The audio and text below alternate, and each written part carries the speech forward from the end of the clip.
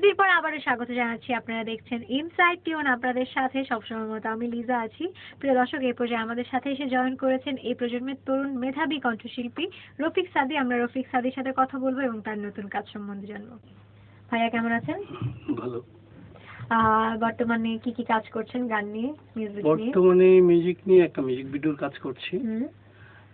কিছুদিন আগে একটা মিউজিক ভিডিও করেছিলাম আগামী গানটা নিয়ে। এটা অনিয়ারে গিয়েছে অনেক স্টেশনে।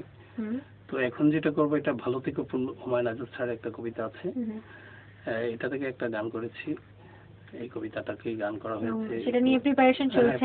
একটা মিউজিক ভিডিও করব। তার মানে খুব শীঘ্রই দর্শক আপনার একটা সুন্দর মিউজিক ভিডিও পাবে আশা করছি। কতগুলো অ্যালবাম করেছেন এই পর্যন্ত? অ্যালবাম তো আমার সোলোটা তো কিছুদিন হলো আসছে মার্কেটে।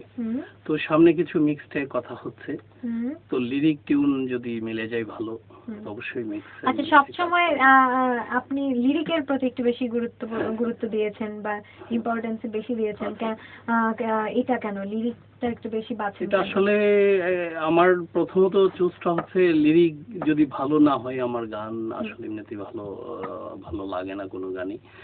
তো লিরিকটাকে আমি বেশি প্রাধান্য দিচ্ছি। এমনিতেই আমার অ্যালবামে যেটা আছে সেটা তো লিরিক প্রাধান্য গান।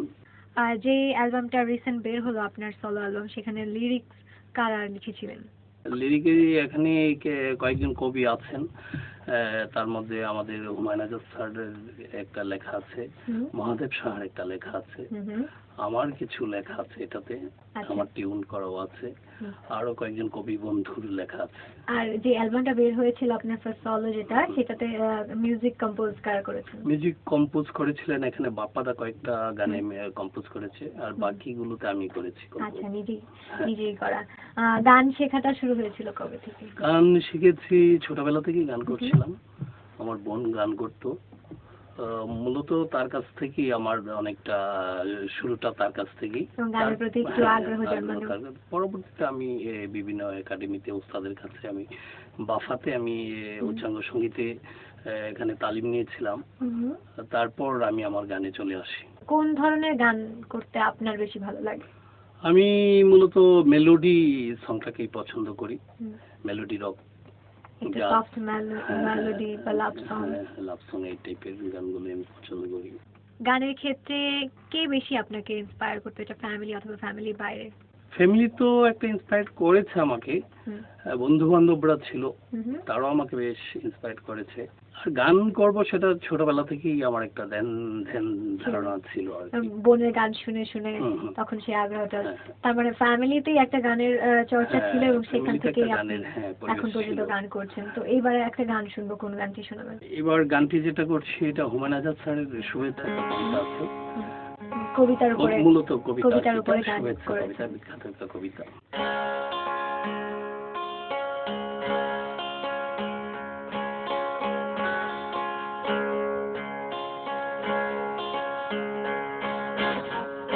ভালো থেকো ফুল মিষ্টি বুকু, ভালো থেকো,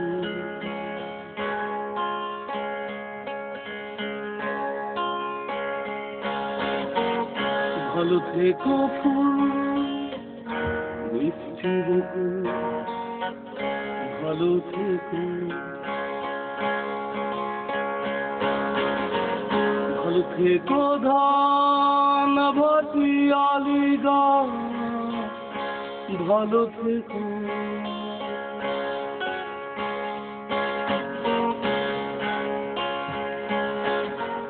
ভালো থেকো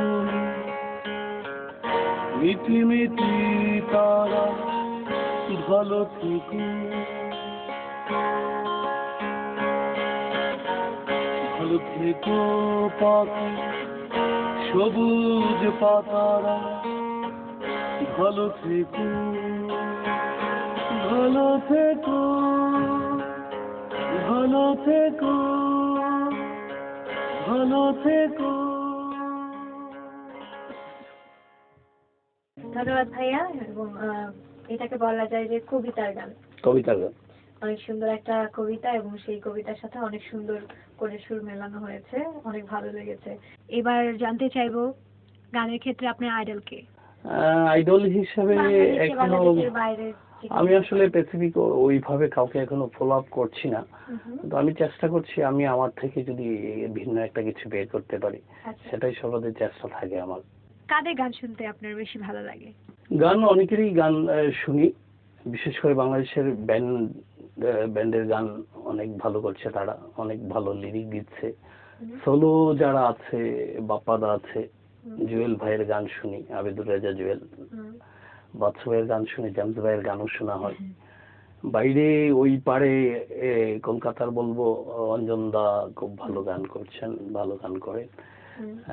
সুমন চট্টোপাধ্যায়, ওনার গানও আমাকে বেশ তাড়িত করে, আন্দোলিত করে। এবার জানতে চাইবো গান নিয়ে ফিউচার প্ল্যান কি? গান নিয়ে ভালো গান করতে চাই, ভালো লিরিকের, ভালো টিউনের গান করতে চাই, মূলত ভালো লিরিকের গান করতে চাই এবং বাংলা গান করতে চাই। অনেক ধন্যবাদ, আপনি আমাদের স্টুডিওতে এসেছেন এবং আপনার সম্পর্কে অনেক কিছু আমাদের দর্শক শ্রোতা জানতে পারলো। ভালো থাকবেন সবসময় এবং এভাবে আমাদেরকে সুন্দর সুন্দর ভালো গান উপহার দিয়ে যাবেন। ধন্যবাদ। ধন্যবাদ আপনাকেও, ধন্যবাদ এসসিটিভি কে আমাকে এই সুযোগটি করে দেওয়ার জন্য। যেতে দাও আমায় থেকো না। প্রিয় দর্শক, যেতে ইচ্ছে হচ্ছে না কিন্তু সময় যে একদম নেই, আজ এখান থেকে বিদায় নিতে হচ্ছে। সবাই ভালো থাকবেন, সুস্থ থাকবেন, দেখা হবে নেক্সট উইকে। আর একটা রিকোয়েস্ট থাকলো আপনাদের জন্য, আপনার প্রিয়জনকে যদি কোনো স্পেশাল ডেতে কোনো গিফট দিতে চান তাহলে কিন্তু প্রিয় শিল্পীর একটা গানের সিডি দিতে পারবেন। সবাই ভালো থাকুন, সুস্থ থাকুন, টাটা এন্ড গুড নাইট।